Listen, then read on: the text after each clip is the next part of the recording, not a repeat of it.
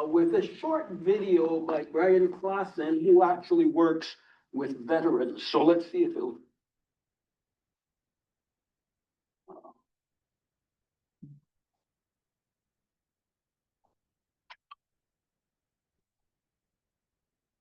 Moral injury, which is defined as being personally involved with witnessing or writing about an event that seriously transgresses moral beliefs, is an interest of mine because I think a lot happens in war and in military service that doesn't cleanly fit the definition of a traumatic event as officially defined. And that the nature of the most recent conflicts kind of lends itself to these very morally ambiguous situations where you're sort of damned if you do, damned if you don't, and you have to make a very high stakes decision in less than a second. Things like, do I shoot at a vehicle that's moving towards me? Do I continue on with the convoy even though there are children in the road that might get run over? Things like, do I stop to help people who are obviously suffering and kind of give them my rations, even though it might be a ruse to sort of ambush us? There's many such situations, I think, in modern conflicts that are better understood by moral injury rather than by trauma and PTSD. What I routinely find about moral injury is that, again, it's just one of those things that people just do not speak about. And it might be years, 10 years, 20, 30 years before people really open up about some of these things. They're buried so deeply inside. And they're not going to talk about it unless they know that you as a clinician or you as a family member are going to understand it. I think a fear that many veterans have is that they see themselves as a monster for being involved in what they were involved with, and they don't want their family members, their clinicians, their pastors, faith leaders to see them in the same way. So I think until they feel that they can trust whoever it is they're disclosing to. One thing that I've found professionally helpful in working with moral injury is I'm just very much in touch with this notion of, like, if I were in this person's shoes, who's to say I wouldn't have done the same? And I think with moral injury, what I really want, my patients with moral injury to kind of come to realize is that one moment doesn't have to define you as a person forever. That there is more to you than the shot you took or didn't take. There's more to you than, deciding to stop or not to stop. Brainline is powered in part by Wounded Warrior Project to honor and empower post 9/11 injured service members, veterans, and their families. Okay, let me see if I can pull this back now.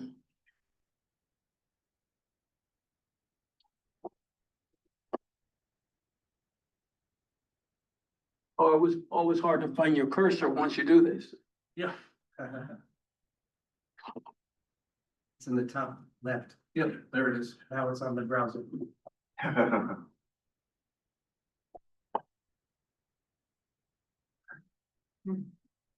Oh, I can't see. It's not on your laptop? Oh, it's on. You have to go over.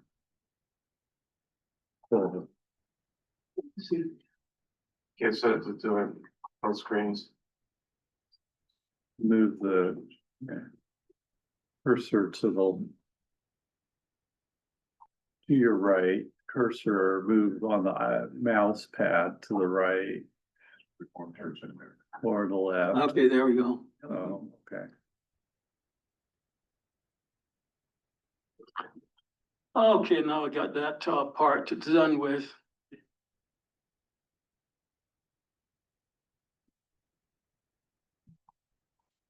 What I want to talk about this morning is working with moral injury and some treatment considerations. I did send a copy of the PowerPoints in a PDF form to Chris, so he'll be able to get them out to you. One thing I should say is that after looking over some of my slides, I rearranged one or two of them. So what you have might look, one or two of them may be out of place. In terms of treatment, the success or the failure of the treatment and the resolution of moral injury or relapse and continued suffering by the individual depends on various factors. And these will include the veteran or the officer or the policeman or whoever you're dealing with or the physician, their willingness to participate and engage. It also depends on the nature of your approach to treating these individuals, as well as the circumstances of the wound that that have been inflicted and other things that go along with that moral injury. I found this very useful in an article on spiritual wounds that suggested that the key to healing involves addressing the spiritual damage that has been done. In fact, Davies suggests that spiritual damage is a critical aspect of moral injury. And he went on to say, the sustained and irreparable impact of a moral injury upon one's spirituality, given a breakdown in personal, religious, and spiritual values and beliefs, as well as the uncertainty or complete loss of trust in others and a transcendent entity or God. So you lose faith in others and you lose faith in God, which were previously important to give meaning and purpose to a person's life. So there's been a total breakdown in terms of spiritual damage. So how do you approach then bringing healing? Davies suggests that it involves reorienting persons towards the consequences of past harm that has been perpetrated by them or upon them.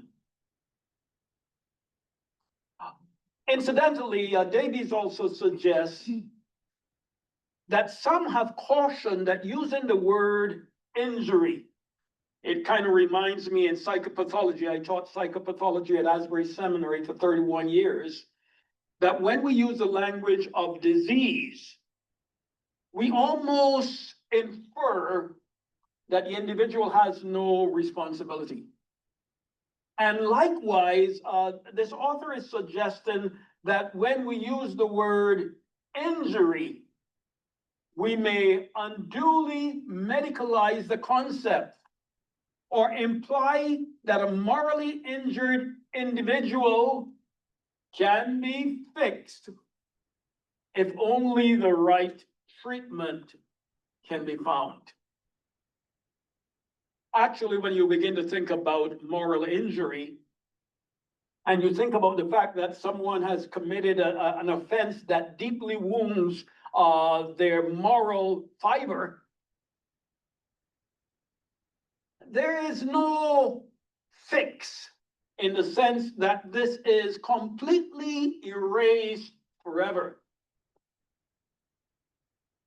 I was at my church not too long ago, and my pastor was preaching. I don't remember the topic, but he was quoting from Victor Hamilton, who is a professor of Old Testament, or was a professor of Old Testament at Asbury University. And he suggested that the passage where Jesus says you forgive 70 times 7 is not talking about 70 times 7 individual offenses for which you forgive,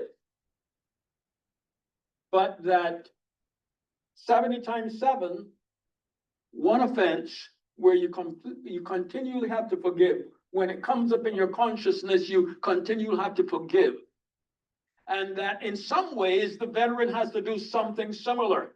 So it's not a matter that this offense has been erased, but you learn over time to forgive yourself because you've been forgiven by God, and you may have to do that kind of repeatedly because the offense hasn't gone away. It is something that was done. And so you may have to learn how to continually forgive yourself, just as you might need to forgive someone continually who has done some wrong to you. Brad Kelly, in one of his articles, suggested that injuries, moral injuries, run on a continuum. Some heal on their own. Some heal only with a certain regimen or caregiver, and some heal incompletely or are left with lasting scars, and some are fatal. I was hoping to show some other videos, but I wasn't able to embed them. It was a little bit more difficult, but I read about two guys who were in war, and they had been engaged in atrocities. And in order to heal, I think the guy's name was Voss. They took a journey of, I think from the middle of the country all the way to California, they walked. It was almost a way of doing penance for what had been done. I found one article that talked about 3 important ways to heal. But before I mention that, let me mention this statement. I don't know that I agree with everything in this statement, but I want to mention it anyhow. Part of addressing moral injury means validating the moral harm and clarifying that the problem isn't with the person's moral response.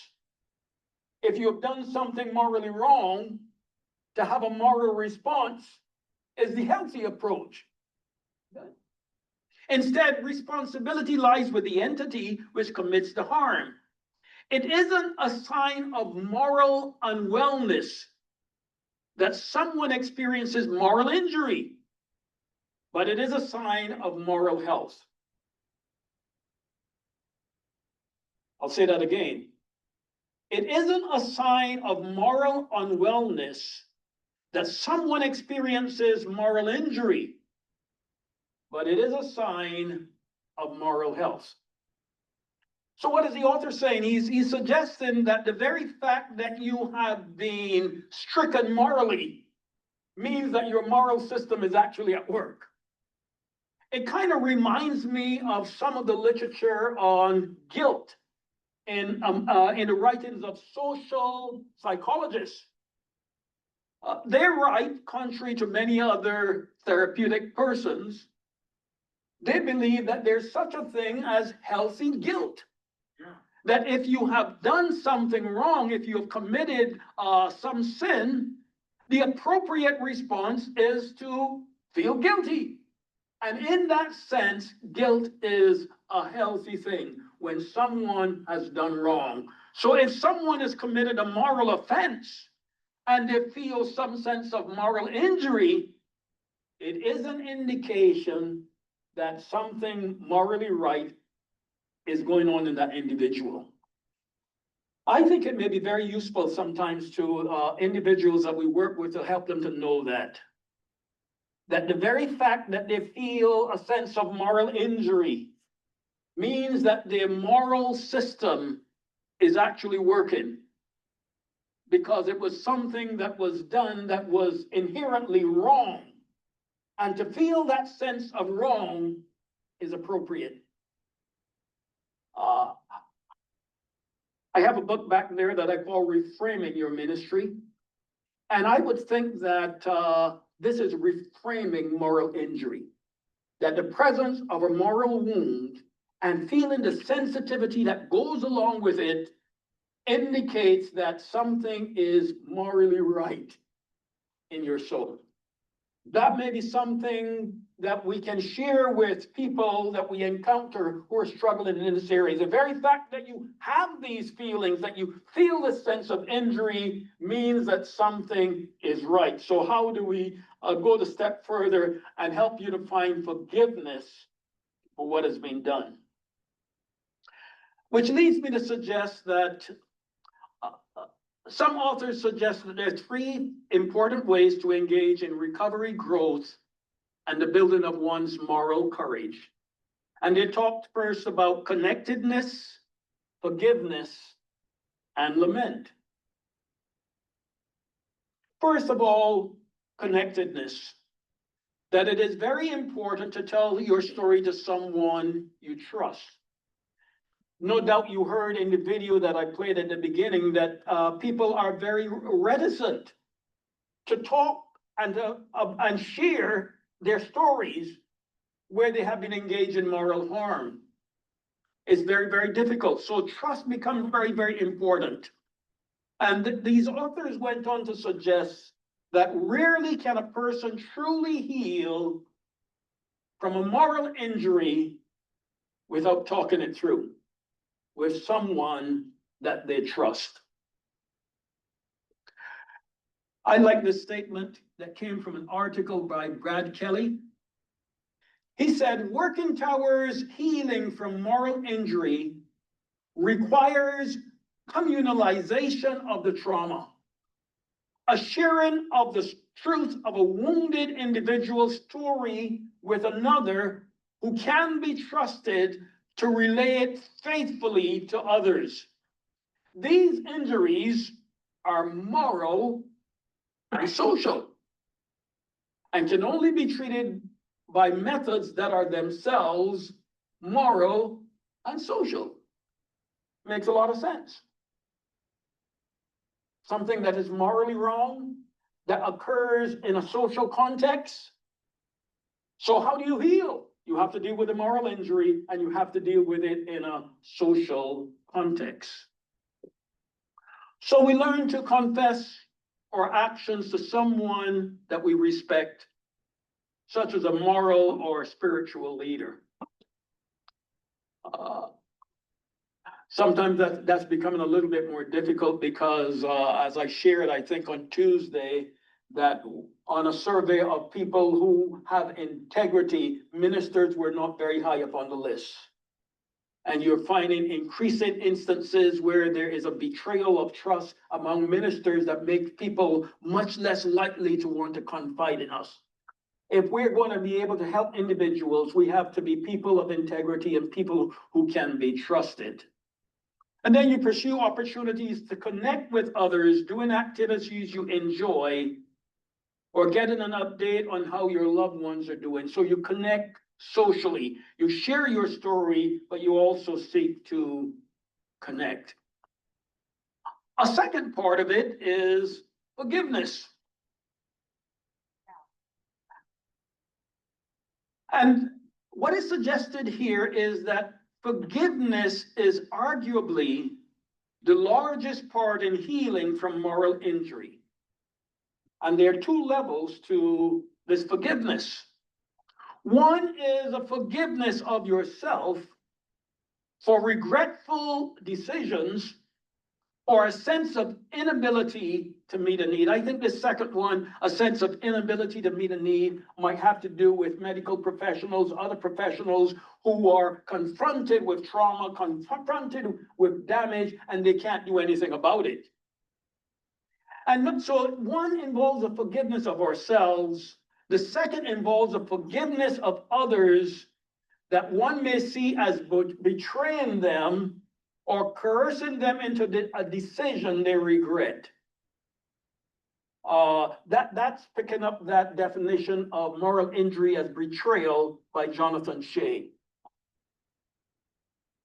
I read an article this morning briefly, didn't read the whole thing, but it's a story of two correction officers in a prison.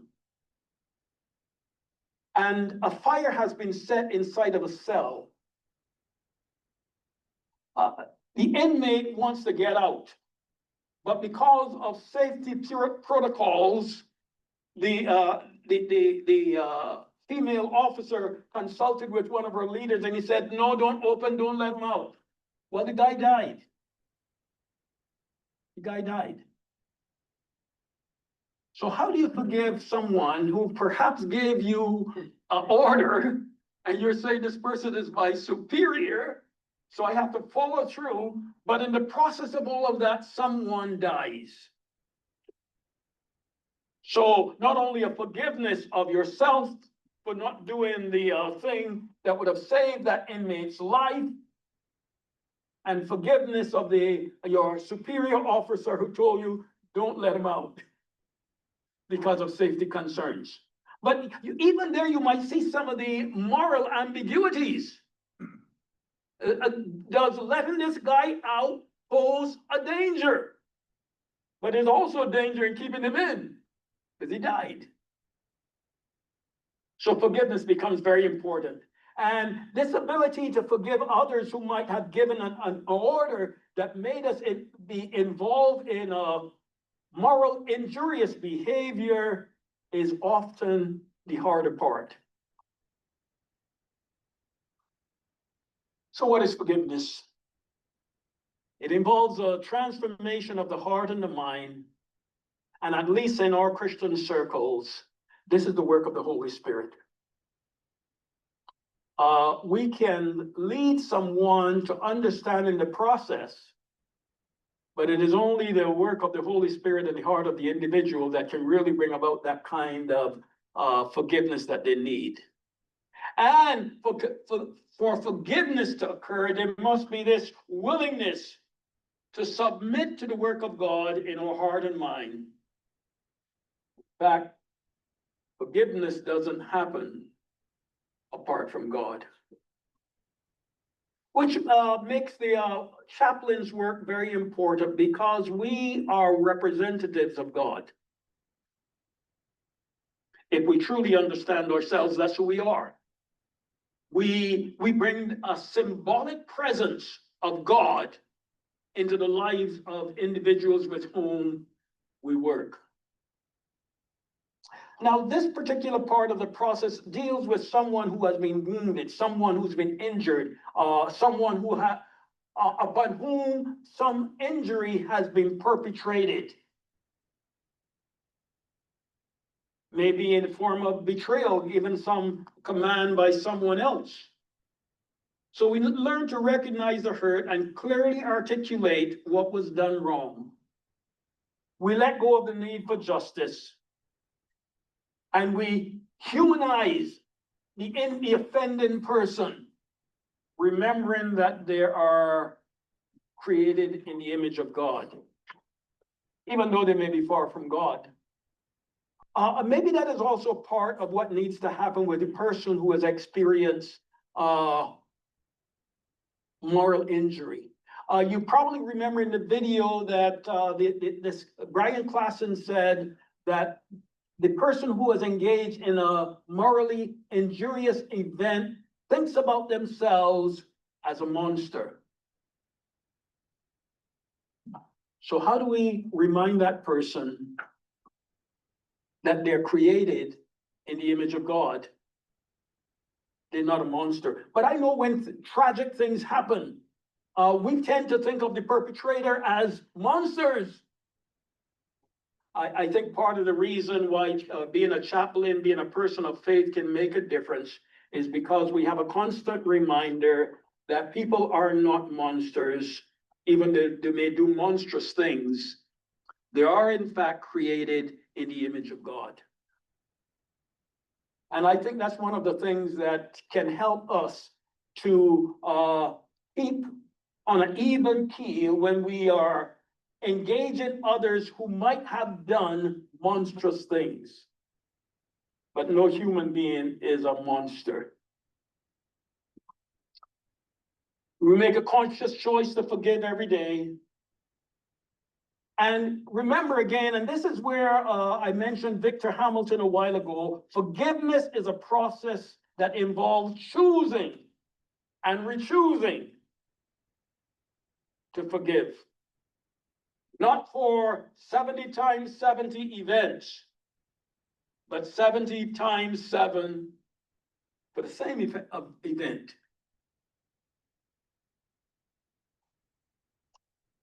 It's also particularly people who have been betrayed or have had events perpetrated on them. It's helpful to remember that forgiveness does not equate with trust. Forgiveness is to be given regardless of another person's repentance, but trust must be earned and developed. It is possible for forgiveness without trust being reestablished. A third thing that was mentioned is lament. The process of grief at the suffering and tensions and sin in the world. For those who experience moral injury, lament can be a powerful tool in expressing those emotions and experiences. We lament over what was and where we felt powerless, worthless, or hopeless. Moral injury can cause us to turn inward due to guilt and grief or shame.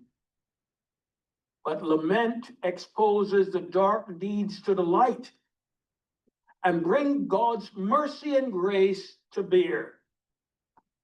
For lament almost always ends with hope, so that we can get to the place where we say, things aren't what they are supposed to be, but with God, there is always forgiveness and restoration. And so we are very much acquainted as Christians with lament, because there are many psalms of lament, prayers of troubled souls addressed to God, expressing pain and asking questions like why and how long, and describing our sufferings to Him. And they're well-known psalms of lament like Psalm 3 and 13. And then they're also in line with what the author said about that moral injury is a community event, a social event. There are also psalms that are communal in nature. Lament reminds us of who God is and who we are. And it allows for the honest expression of emotion. It allows someone to talk, allowing for the verbal processing that many need to deal with the pain. And lament affirms the commitment to trust God, even if things do not get better, and even if there is a lack of understanding. So in lament, we cry out to God. We are open and honest with a God who sees you suffer and who knows what it is to suffer. We read that about Jesus in Hebrews. He's acquainted with all of our griefs. I have often said to my students that it is okay, at least I take this from evidence in the Psalms, that God is big enough to handle our pain. You read some of those Psalms, people are angry at God, they're crying out at God, Job, for instance, anguish prayers, almost accusing God. God is big enough to handle those kind of things. Your pastor may not be.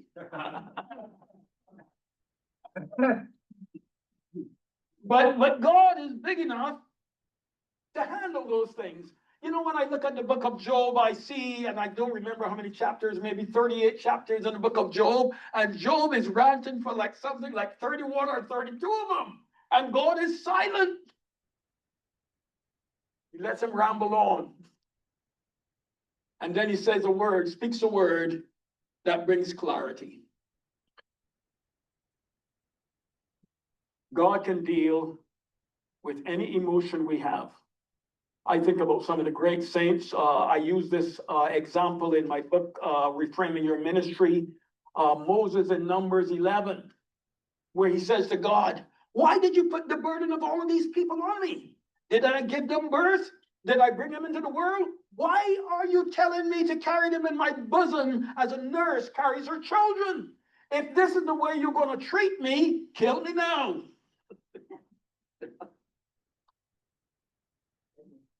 God can handle that. God can handle all of that. And then when we have poured out all of the anguish of our souls, God can come with a word that speaks peace to our troubled souls. We serve a big God, don't we? An affirmation of trust, remembering God's presence, not only in our present, but in our past. I ran across a few examples that I'll briefly mention. If you want to see further, you can actually go to this website that I have listed at the bottom of that slide. It's called Building Spiritual Strength. And it's a 8-session group therapy. So you're working with people in groups who have been injured that can be led by a chaplain. It doesn't require high therapeutic skills. And it addresses concerns about relationship with a higher power, God, as well as challenges with forgiveness. Incidentally, this reminds me that when we are thinking about moral injury, we may think primarily in terms of working with individuals to solve problems of moral injury. But remember what one of the authors said earlier, that it is moral and it is communal. And so maybe sharing or moral pain in groups allows for both of those pieces. The presence of a moral injury in a communal context. So using moral injury approaches that involve group may be a highly effective way of dealing with both the nature of the moral injury as well as the social component of moral injury. What one author earlier talked about, the communalization of moral injury. I'm not sure I said that right. There also is a moral injury group that is a 12-session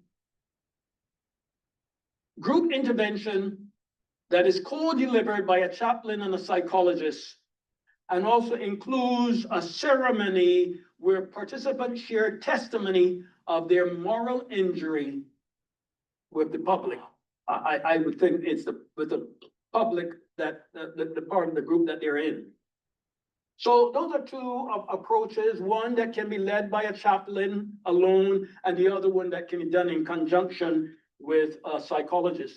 Now, I'm well aware that that may be a kind of a pie in the sky thing for you, because I've heard you speak about the limited amount of time and that there's some things that you're not able to do that you would like to do. So this may be one of those pie in the sky things, but at least you know about it. And some of you may have opportunity to do something like that. As you work with people in these situations, it's very important to pay heed to some of these considerations. One, moral injury may lead patients to believe that they do not deserve to feel better. So feeling bad, feeling terrible, it's kind of like doing penance. So the only way for me to somehow make up for what I have done is to keep feeling bad. as a matter of penance. And that way of thinking can negatively affect how patients engage in and comply with treatment. They may in fact want to hold on to their pain. Another consideration. We see this a lot in clients with other issues where they self-sabotage the treatment. Self-sabotaging behavior in therapy or other facets of life, such as in work or relationships, may be a clue to undisclosed moral injury. And in cases where you suspect that there could be moral injury, a therapist, a clinician can assess for such beliefs and address them in, I use the word therapy here, but not necessarily only meaning therapy, but in private sessions with individuals. And just to mention about assessment, I discovered that there are a number of instruments out there that measure moral injury. There were several, but I chose to use one, to share one of them with you. This one is called Moral Injury Event Scale. Just 10 items, so it's pretty short, on a 6-point scale. And here are the items. I saw things that were morally wrong. I am troubled by having witnessed others' immoral acts. Now remember that part of the definition for moral injury is engaging in, perpetrating, or witnessing. And so these first couple of items is dealing with the observational part. Now it comes to perpetration. I acted in ways that violated my own moral code or values.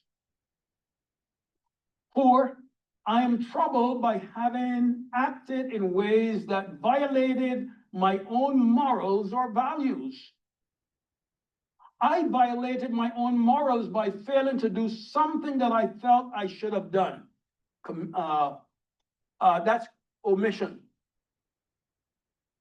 I am troubled because I violated my morals by failing to do something that I felt I should have done. I mentioned that. I think number 5, you mean felt I should Yeah, not have done. yeah, I think so. Yeah. Number 7, I feel betrayed by specific people who I once trusted. I am troubled by this betrayal by specific people. I feel betrayed by the institutions that I'm supposed to trust. For example, police, church, school, governmental workers. I am troubled by this betrayal by the institutions that I'm supposed to trust. Yeah. So the difference between 5 and 6 is not what you've done and what you've not done. So 5 is I violated my own morals. Right, And 6 is I am troubled by that. right, yeah, Just like above. yeah, okay, yeah, The above is the same thing. Yeah. 3 and 4. I acted in a way. Yeah. I'm troubled by this. yeah. What this person is really trying to do is capture the various definitions of moral injury. That moral injury either involves perpetration of various kind of acts. It also involves witnessing certain kind of acts, and it also involves betrayal by senior leaders. And they're trying to capture all of them in this assessment. And here's how you score it. With an exposure subscale and a distress subscale. So I hope that if you think this is useful, that maybe you can go look at it. I'm pretty sure you'll be able to find it. If you Google for moral injury event scale civilian, you'll find it quite easily, and any other documentation. But I thought that I would share that with you is something that you can easily do, if you suspect someone with whom you're working might have some moral injury kinds of issues going on. This is a very quick way to kind of assess for it. There's such a thing as vicarious? Is there such a thing as vicarious moral injury where we're watching, for example, this morning on TV, the killing of that incarcerated individual? Yeah. Is Well, that- you know, that's been a big debate. And for instance, like in PTSD, they talk about witnessing. And so some people have talked about if you are exposed to, you witness something that is so atrocious that you could possibly have, but that's been one of those issues that's a little bit debated. How far should we take witnessing? But I suspect that, yeah, possibly so. Because then I wouldn't trust the prison system, Uh, but that's a misnomer because yeah, that's coloring everything rather than just. yeah, it's generalizing one situation to the whole. Now, let me talk about necessary chaplain behaviors. What are some things that are going to be very important for you as chaplains if you're grappling with persons who are experience some degree of moral injury? And I think all of us know this. An empathic response, an accepting, non-judgmental, empathic stance with a patient. So that when they share what they do, oh, no, you did that, you know, okay. Those are some of the things that I used to see with my new students. When I put them behind the mirror to do counseling and they heard something that shocked them, they acted shocked. They couldn't, you know. They didn't have that non-judgmental stance. Stay alert to your own presuppositions and presumptions about perpetration, morals, values, and spirituality. It doesn't mean that you leave your spirituality and your values at the door, but you listen in an accepting fashion. You may not agree, but you don't have to. That's the most terrible thing I ever heard, you know. We don't leave our values at the door, but when we sit with clients, we don't necessarily expose our values to bring further condemnation on those with whom we are working. I want to share this chart with you. It's a book written by one of my colleagues, Dr. Holman, a book she calls Theology for Better Counseling. And she describes the counseling process as occurring between a patient or a counselee and a counselor or a chaplain.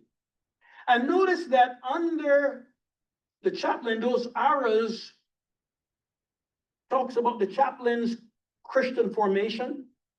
Are we being Christianly formed? Have we been Christianly formed? What are some of the theological commitments with which we come to a session? What are our therapeutic commitments? And what are some of our professional ethical stances that we bring to the engagement with a patient? Those are very, very important. And remember this, that your engagement with the patient or the client is a two-way street. Most of the influence is flowing from you to the patient. But remember that there's also some influence flowing from the patient to you. Maybe you have discovered this, at least I have discovered this, that I have never sat down with an individual in therapy where I haven't walked away where somehow the engagement with that person's issue has influenced me in some way.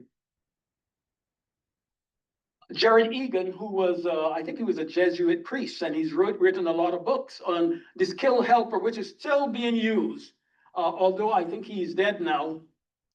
But he said that when you engage someone, you are engaged in a social influence process, and that social influence is not a one-way street.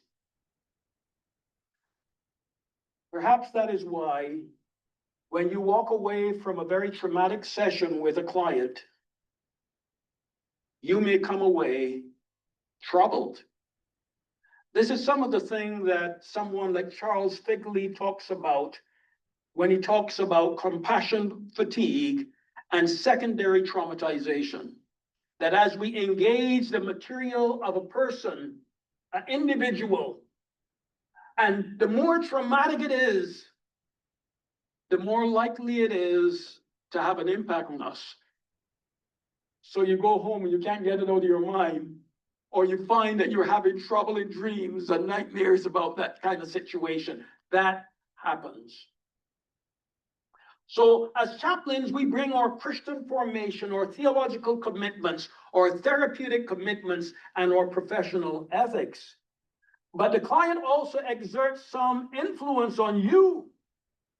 And this may come about because of their own level of Christian formation, their own theological commitments, their previous experiences with a chaplain, and how that influences the present session. Maybe they had a chaplain that was terrible, and they come with the expectation that you're going to be terrible too. And you have to grapple with that.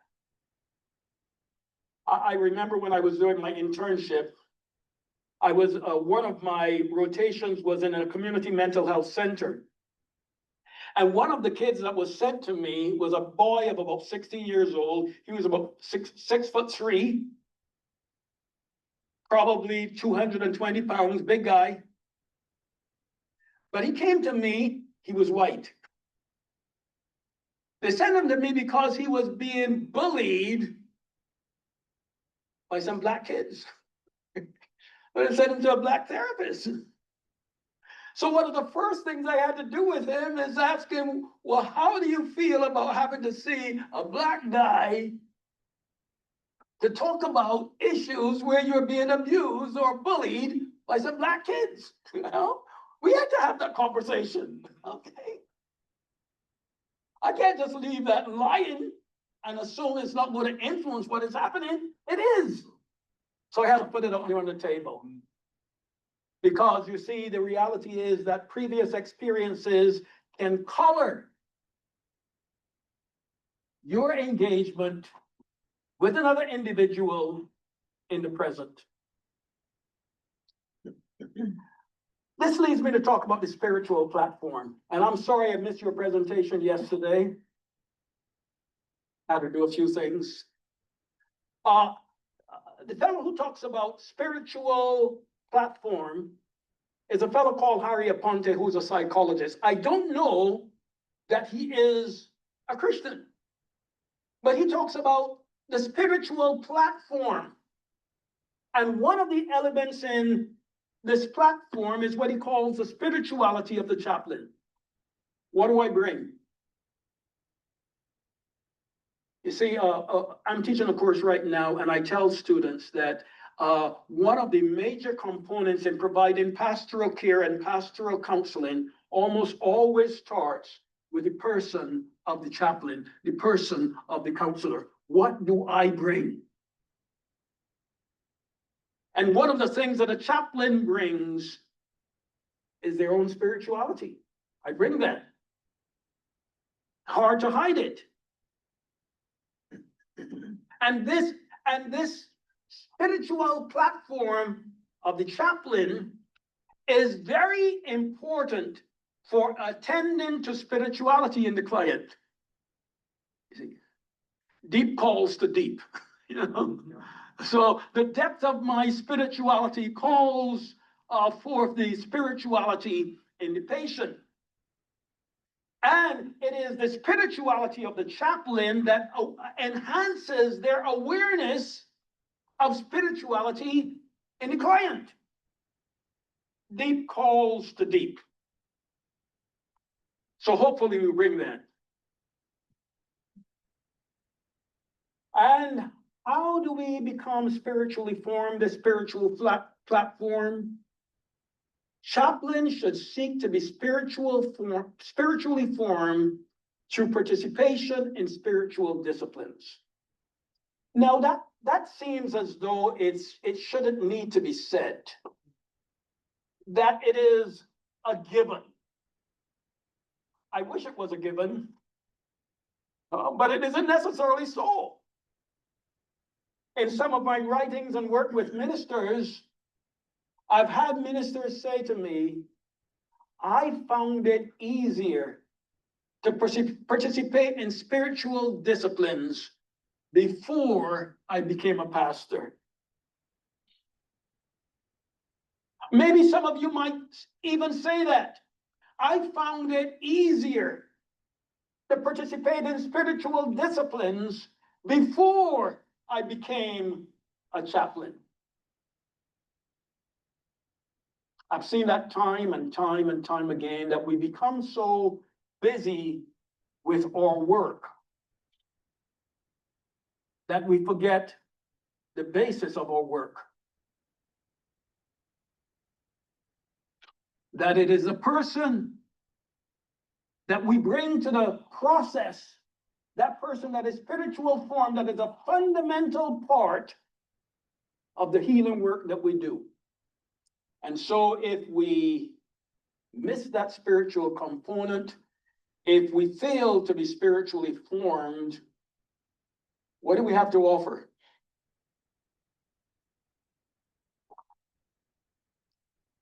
Spiritually formed through participation in spiritual disciplines. And I actually sometimes have spoken, it's not my own language, but I found it somewhere and I thought it was useful. I like to distinguish between personal spirituality and professional spirituality.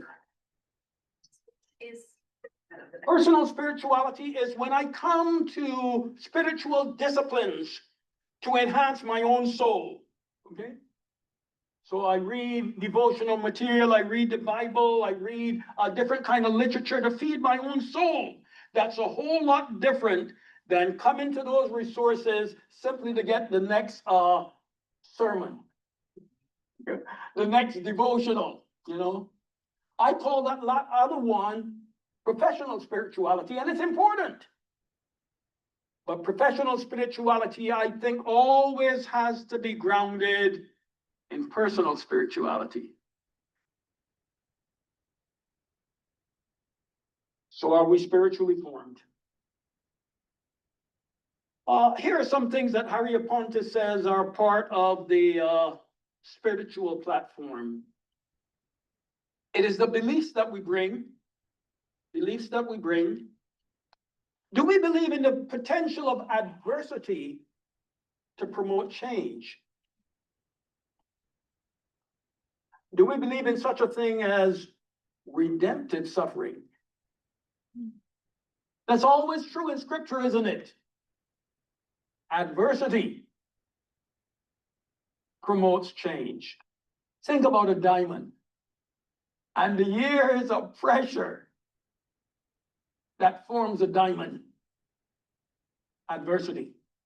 So when we're working with people in adversity, one of the reframes that we can do is, hey, you've had adversity. And I don't mean that we do that glibly.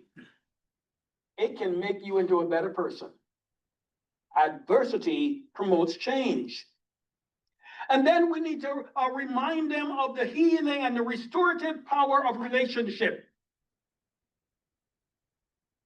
Relationships that are both vertical with God and horizontal with others. Actually, I want to add a third element, because I'm a little bit disturbed at times when you talk to Christians and they tell you that we are called to love God and love others. And I want to say to them, and you know, Because we, in popular evangelical circles, Protestant circles, we give the impression that love is a dual reality. And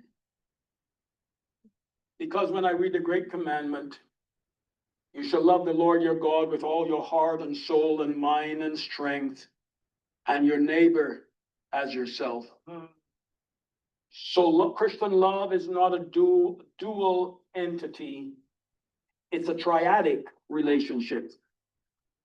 And I would suggest, and I have to say this to ministers all the time, if you really believe that love is only about loving God and loving others, you're not going to be very effective.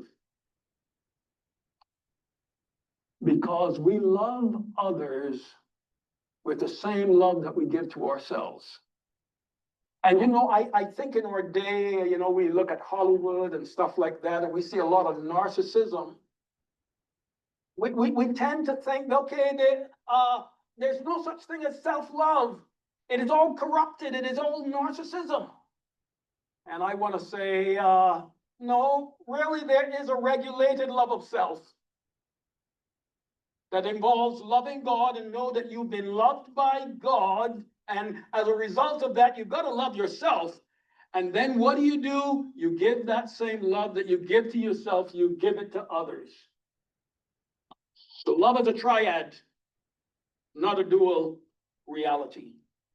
Can you explain? So you say that, basically what you're saying is loving God, loving ourselves, and then loving our neighbor completes the triangle? Oh, yes, yeah. But what you generally tend to hear is it's loving God and loving others. And I said, you've got a problem. That is not what Jesus said. It's popular, but it's not true. And remember, I suggested that that we bring our own person to relationships. How do you bring a self-hatred self to a loving relationship? Physician, heal thyself. Yeah. So I always want to emphasize that triad. Actually, but I'm kind of diverging a little bit. I read one, I think his name was Cardinal Spidlick, a little book called The Art of Purifying the Heart. And he talks about this legitimate love of self that is necessary for loving others.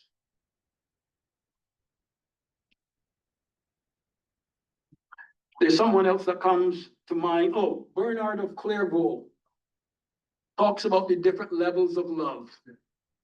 And he says that the fourth stage of love is loving self for God's sake. That's the kind of person that we bring to an effective relationship. It is this legitimate, regulated love of self that we bring to a relationship. And by bringing that, we can teach people to love themselves. If you bring self-hatred to a relationship, how are you going to teach someone about loving themselves? In fact, one of the things that Wesley said about this love, he said there's a social love and there's a love of self. And what God is doing is bringing them so much together that they become mingled in one, so that love of self and love of others is indistinguishable. Love is a triad, and that's what we bring to relationships. And the intrinsic health of reliance on others and God. Those are part of the spiritual platform. This platform also includes the religious and spiritual beliefs, which are part of the subjective reality which clients bring with them. And this platform is shaped by the communities of which clients have been a part. I'm teaching a course right now it's called Care Persons. And I've had students, I just graded some papers called experiential papers where I asked them to talk about some of the things in their past and stuff like that, and what kind of myths have it brought about in their lives, things that they believe are true, but they're false. Someone talked about having been given up by their mom. Because the mom was on drugs. And one of the things that this person had to wrestle with was drugs more important than me? So this platform and the persons with whom we work are shaped by the communities in which they have been a part. So when when chaplains engage patients, we need to understand these beliefs and meanings and work with these realities in the patient. And believe this, that the people that we see expect that their values, their ethnic and cultural values, including spiritual events and understandings, will be honored and utilized in their time with you. I'm going to wrap up by talking about, and I think I might have shared this 2 years ago. It's called a faith-spirit model for integration. And actually, it was developed by chaplains, actually, in a hospital. So this faith-spirit model tries to integrate two realities. One involves integrating the chaplain's internal posture, what's going on in the chaplain, with the patient or the client's material. Which is why I said that we bring ourselves to the process. You cannot leave yourself. That's what you bring. And it also seeks to integrate the spiritual and the psychological. And this is what the chart looks like. So the inner part is the face part of it, focusing on the present, asking for guidance, compassion, cultivation, existential empathy. This is what is happening on the interior of the chaplain. And then the yellow frame, spirit, is what is actually happening in the interaction. So let me briefly mention these. What these authors suggest is that the implicit is occurring within the caregiver, within the chaplain. So am I focusing on the present? You know, we can take long detours into the past. That doesn't do a whole lot of good. Are we asking for guidance? No, Lord, I really need your help in this session as I engage with this patient. You ask for guidance. And we come with compassion. I wrote an article several years about compassion and described that compassion has at least 3 components. One of them involves encountering and seeing and perceiving suffering. So that's a cognitive part. We know that someone is suffering. And then a second part is that we feel for that person. We feel for that person. And then the third level is a behavioral response where we want to do something to alleviate the suffering. So are we compassionate persons? And then are we approaching the client, the patient, with empathy? So those are things that need to happen within us. And then these are happening, the spirit part is happening in the engagement with the patient. I use simile and metaphor.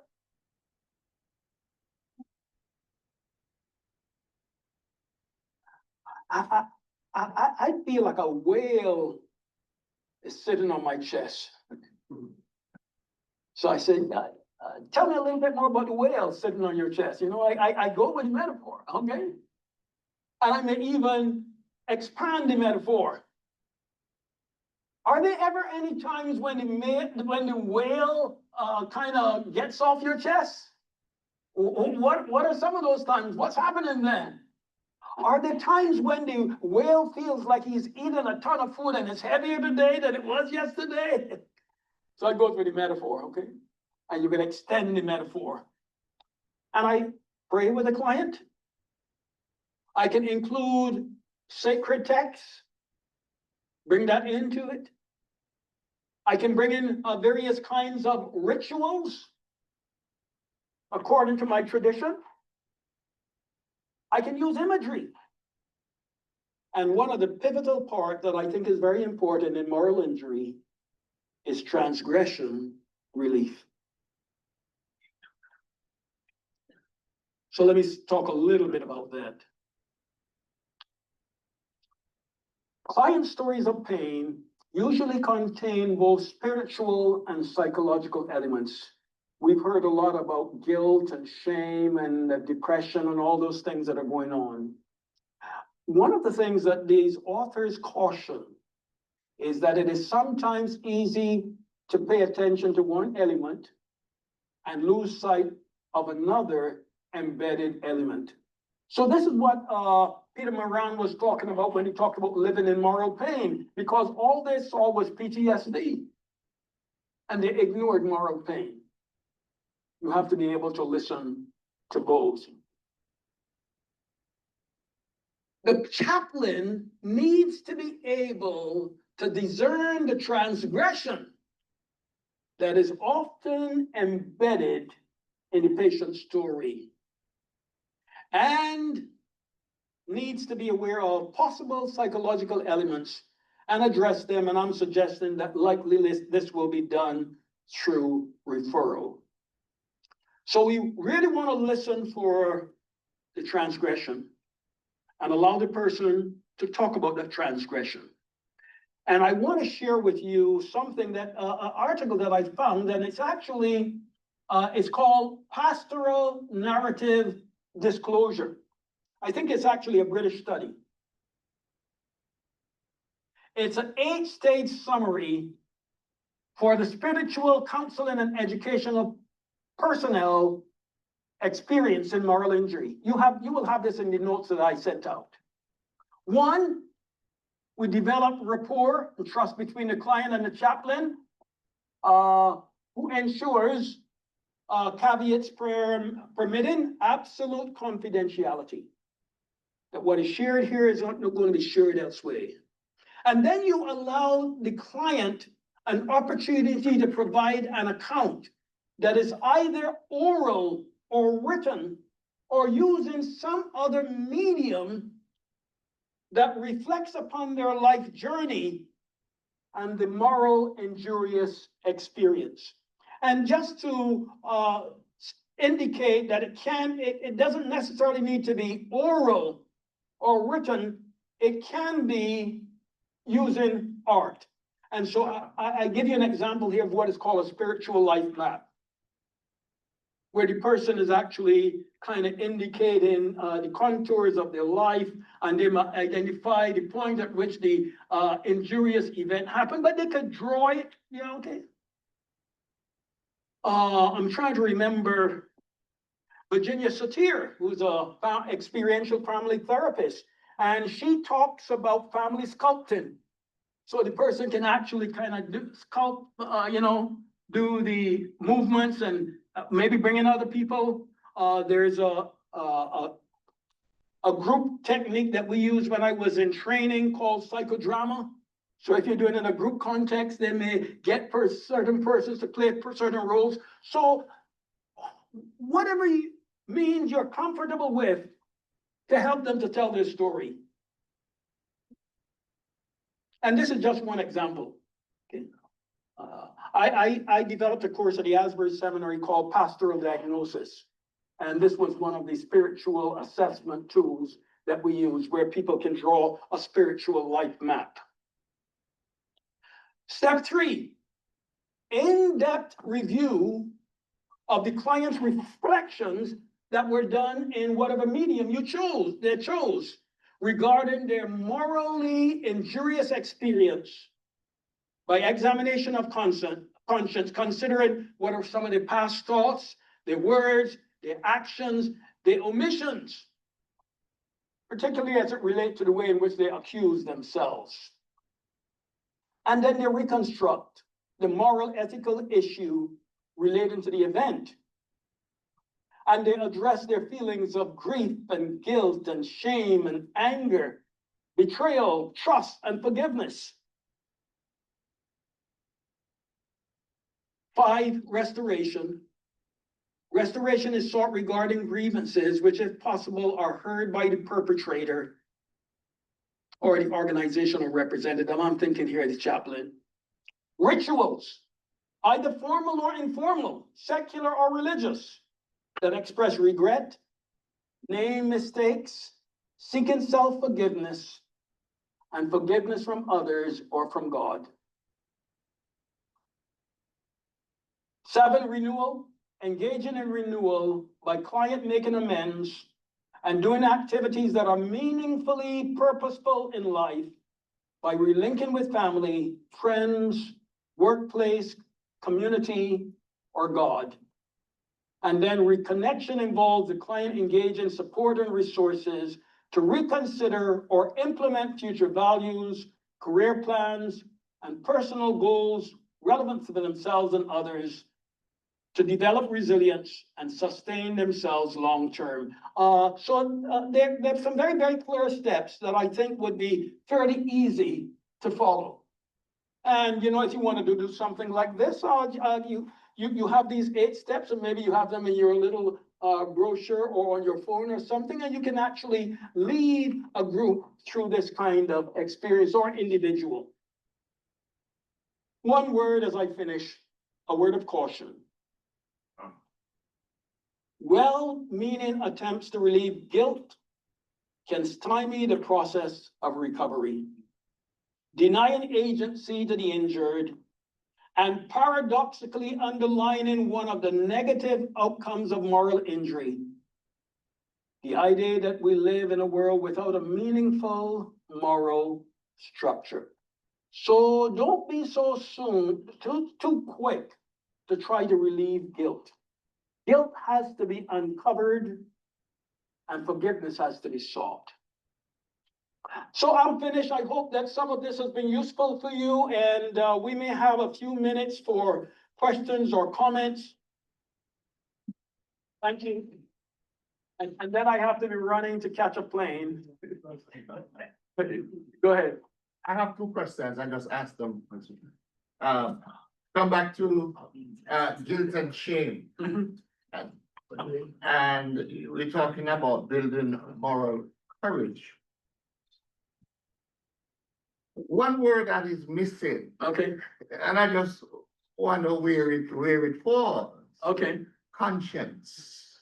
Well, if you remember, on Tuesday, I mentioned conscience. Were you here when I talked about conscience? I was here, but Yeah. Well, I would say,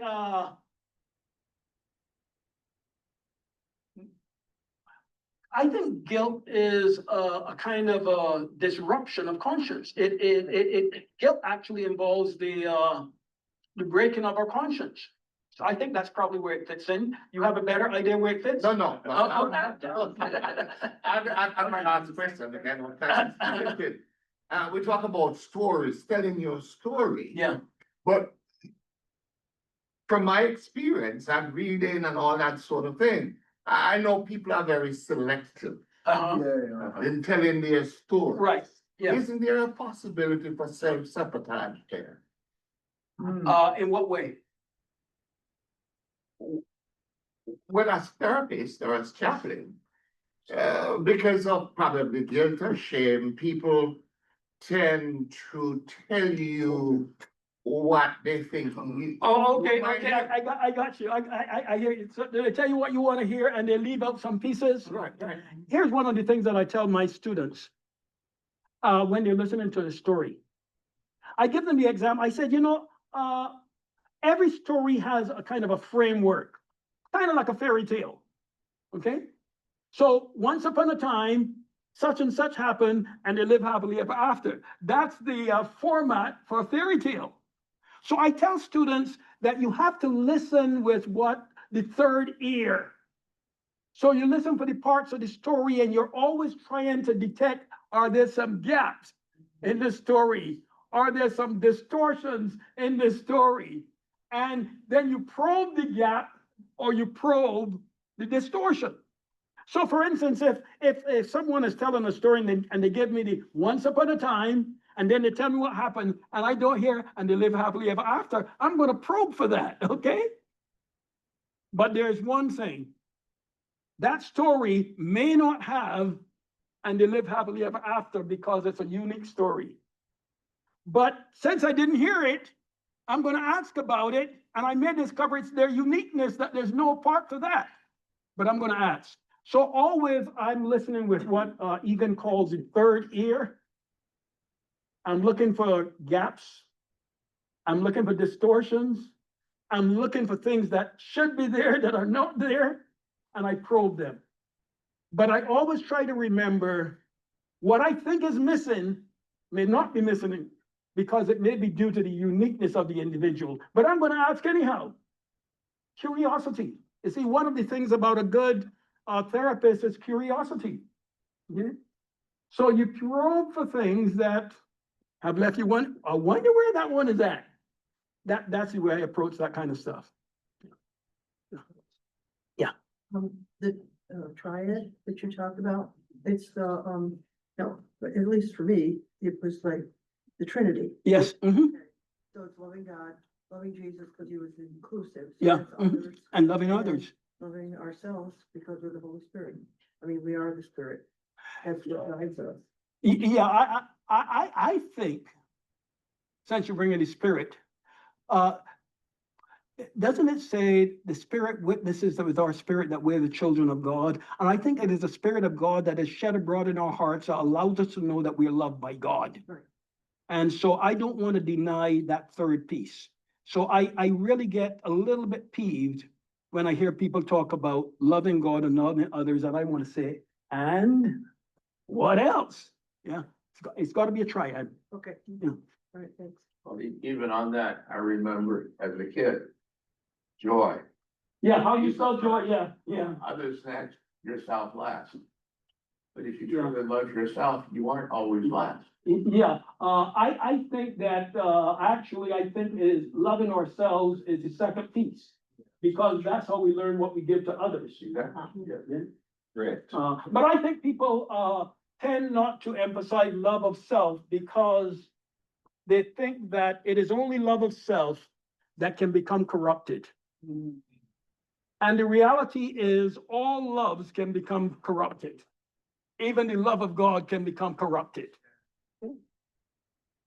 So I think we need to think this. Yeah. Well, the negative here, but right toward the beginning, you're talking about moral injury is not a sign of moral unwellness. So actually, there's a moral framework within the individual to indicate, hey, that's the outworking of a moral framework of an individual. I had a former in-law, former for good reason, because you never get on track for successful ministry. So the missionary, and they're bouncing from 3 churches, trying to get a career, ministry career going, and never can do it. Turns out, it's found out he was a secret addiction to porn, pornography. It's probably been going on. I've kept it from his wife for about 20 years. Yes, Okay. yeah. And lost his wife. So he didn't address it. He had no moral framework with himself. Yeah. At least in that area. Yeah. So he lost his wife, lost his family, career, everything. Yeah. So, yeah, on the other hand, I heard Dr. Jeremiah on a radio broadcast say, talk about a pastor who fell in that area. He's willing to recover from that, make a new start. And basically, he was some serious counseling, restored back to the ministry. I don't, in some traditions, they do that. Others, even if the person is willing, if the pastor, public clergy person, is willing to,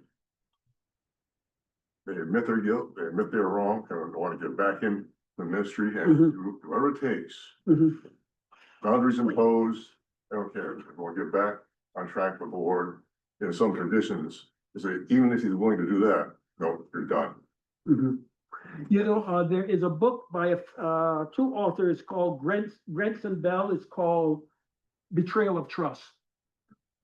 And they suggest that there are three kinds of persons that get involved in some kind of sexual misconduct.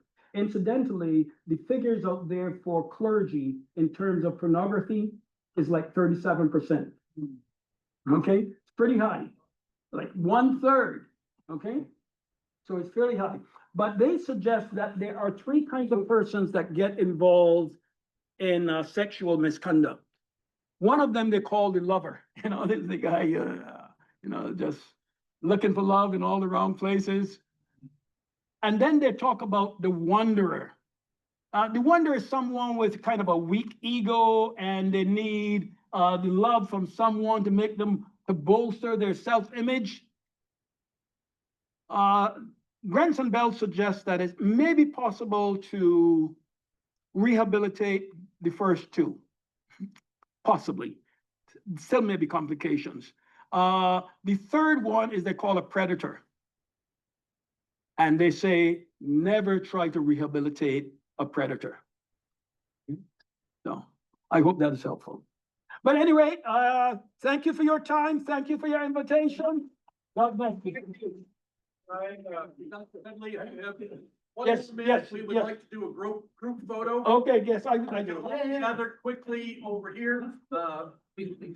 We'll get us all in the picture. I think I don't think we have to check out by 11. No, Are we okay? don't worry about checkout. Okay, good. Our program goes well. Panic there, okay. Yes.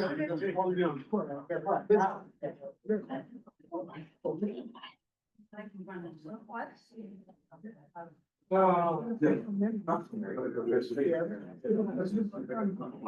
on over, folks.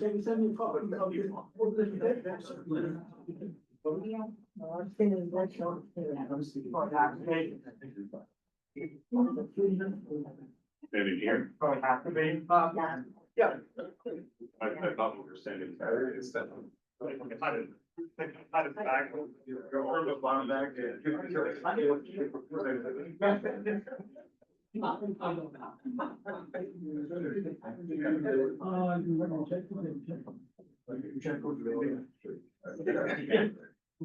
on, folks, come on over this way. Stand together like we know each other. Come on over this way. I said, are you seeing the bit? Come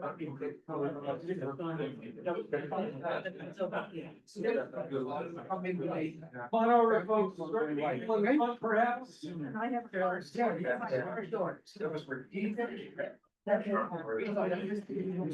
Did you station that gesture? Very should be the front.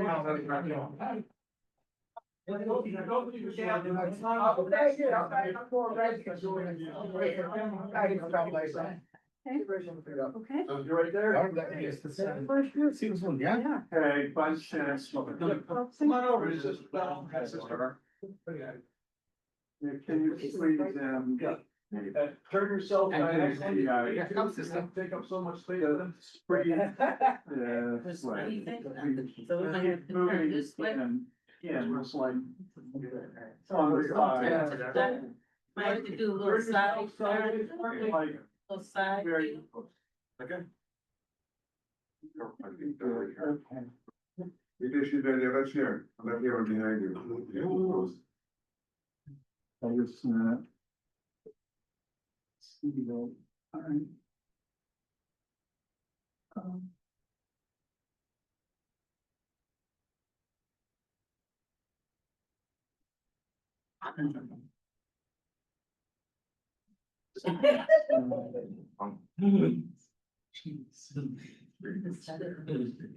I know, but, I'm sure, I just wanna. Ah.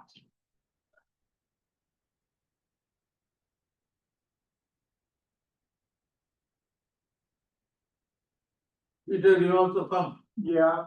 Yeah, he's gonna put it on a timer. Yay. run. Yeah. It's all one.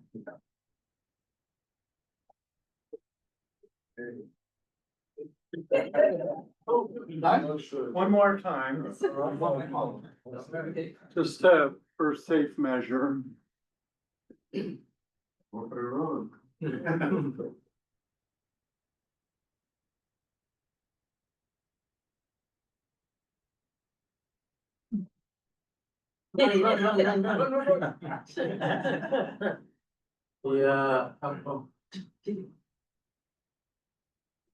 They're okay. I think we're good. You all. Folks, listen up, please. Listen up, please.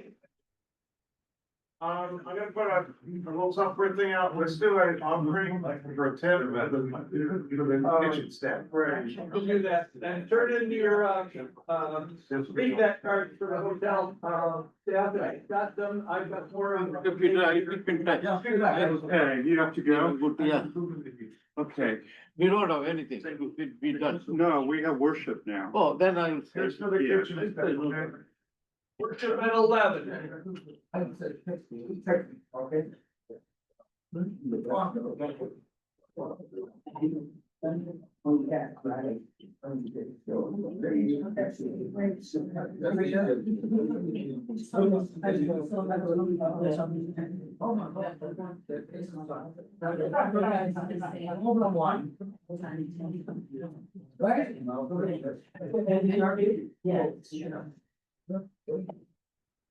Did you drive? You drive.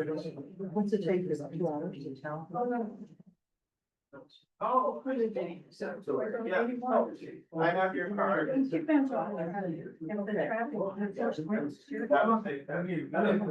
Well, you, but I can get. Yeah. You should be able to stop. I'm gonna write in the check. I will. It takes an hour, 15 minutes, and then but it still takes longer to get out. Is that all your folks? Yeah. I can make it. Yes, I'm sure.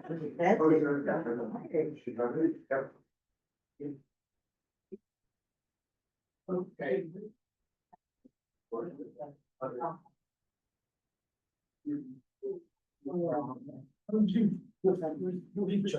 Oh, that's good. You have a car, I think it's, so that's cool. Okay, thank you. God bless you, sir. Thank you. Thank you. Thank you. God bless you. Good to see you. Thank you. I was just,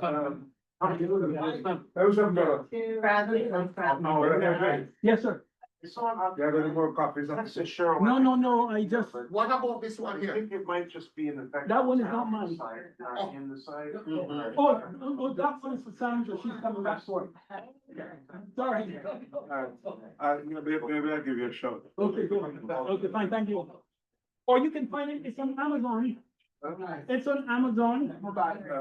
Yeah, yeah. But, they also, the publisher's site is cheaper. Amazon is like $30 on Wausau House. It's 25. This presentation this morning, you have a copy of it? I gave, to Chris. Chris, All right. okay, fine, thank you. I have put you some. Thanks. That's my car. Yeah. I'm just writing it. I've just written it. Yeah. Ask the department to tax. Come on. That's what happens. Okay, good. Oh, sorry. If you can ever use my source. Yeah, okay, great. Thank you. God bless you. Thank you. Thank you, sir. God bless Thank you. you. Chris, before you go, one quick. Yes, sir, please text me, please. Can we beat that? I want a copy of this presentation. So you and I can talk about it. Thank you. He said. Yeah, I'll talk to you. Yeah, I can email it to you. You know my sheet, right? Sheet you ain't have there. You don't have my sheet there? Ask your. I'll forward it to you. Email it. Badge back in before you go, those are expensive, we like to recycle them. Don't get the clean stuff on my farm.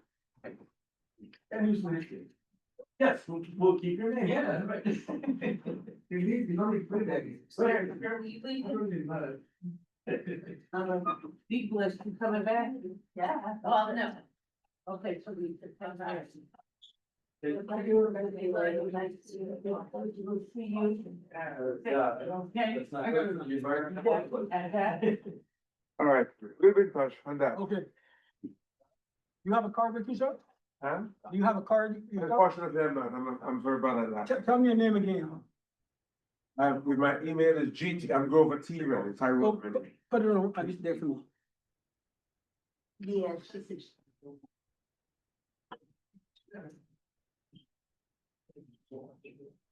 Yeah, I signed it for you. I saw that, thank you. Thank you. You're Well, welcome. on the table, somebody wanted to take it. Actually, somebody almost did. I- Yeah, I had to tell him it was spoken for. All right, thank you so much. Thank you, you're welcome.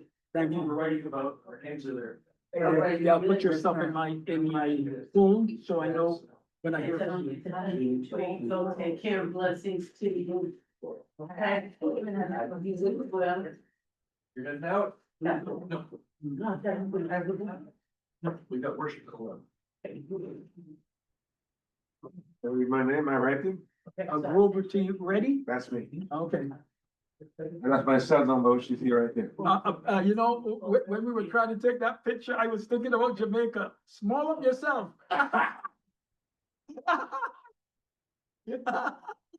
Right, Carter. Yeah. Went home there, that's right. Take care. Take care, my friend.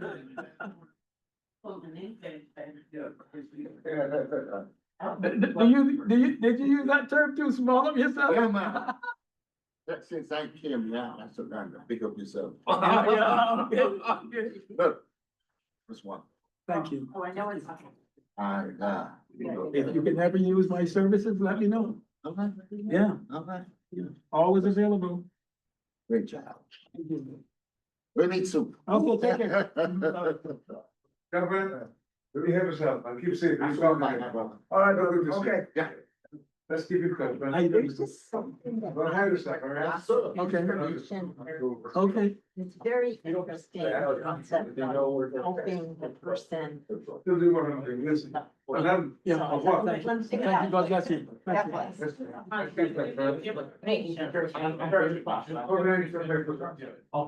If you're running down a foot sector, that's not good, man.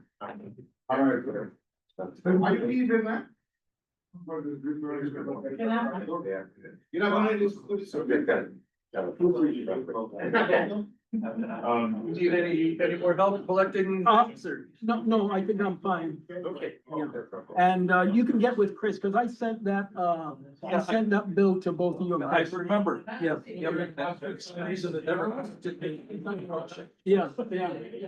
I will take care of that. I think the next day that, check writer is in the office is Tuesday. Okay, that's fine. I'll just go ahead and pay that bill so I don't have to pay, No interest, yeah. Yes. So I'll look for it, maybe sometime next week. Yep, we'll mail it to you. Okay. Right. Thank goodness the post office is on there. Yeah. Yeah. Oh, here's my, Oh, thank you. I don't know if you'll need my name again, but yeah. Maybe, you've been here before. Yes. You've been with us, yeah. Yeah, I was fascinated thinking about bringing in the theology as well as the psychology. For a number of years, I volunteered and then I helped run 24-hour crisis telephone service. And, when I was volunteering, I had, on the seminary.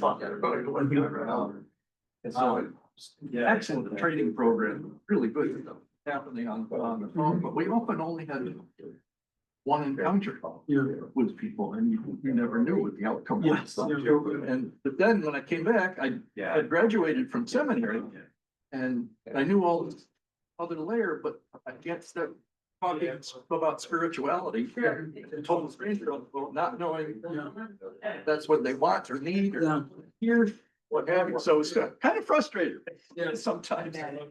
Well, I'm fortunate that I came from theology first and then I went to psychology, so I'm always thinking theology as my basis and then my interest in psychology. I hope they have it here again. It's a great location. It's right on ice. Yes, and that made it easy. All right. Thank you. That was good, okay. Really great.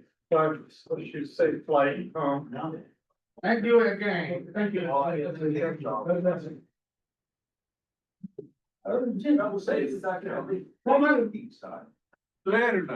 இல்ல ஒண்ணு இல்ல எல்லாம் போயிட்டாங்க.